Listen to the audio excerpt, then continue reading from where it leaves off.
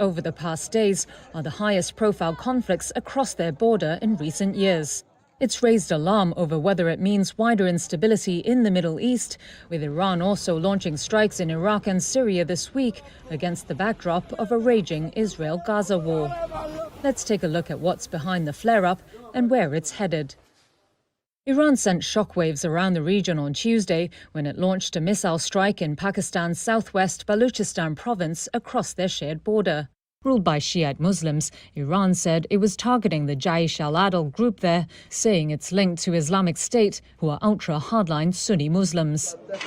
2 days later, Pakistan hit back at the neighbouring Sistan-Balochistan province in Iran. It said it struck separatist militants from the Balochistan Liberation Front and a related army, who it says were hiding out there.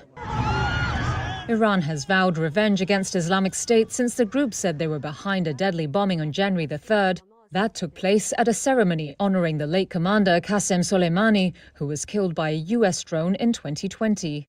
A source close to Iran's clerics told Reuters the bombing was an embarrassment for the leadership that had shown Iranian security to be vulnerable.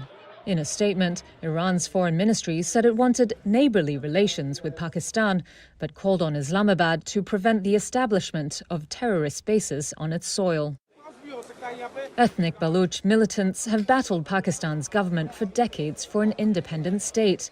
They say it unfairly exploits Balochistan province's rich gas and mineral resources. BLF insurgents have also attacked Chinese citizens and investments in the rest of province. Islamabad said in a statement the sole objective of its strikes were, quote, in pursuit of Pakistan's own security and national interest, which is paramount and cannot be compromised.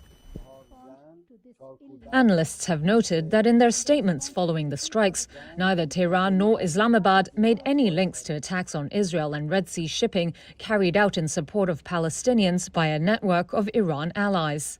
But given Pakistan's attempts in recent years to broaden ties with the US, along with Iran's other regional strikes this week, analysts say Tehran could be trying to show its influence in the context of the regional crisis over Gaza. Here's Brookings Institution's Foreign Policy Director, Suzanne Maloney. The hope is to force the United States to pull back from its posture in the region, both its direct and ongoing support to Israel's war in Gaza, but also, of course, the long-standing American military presence in various parts of the region. Analysts say the frictions along the border are long-standing, but neither side appear poised for more conflict. They will continue to create political tensions between the two governments, but both governments have other issues to deal with, and it would be highly unusual if this were to rise to a very significant breach or an escalation of the violence.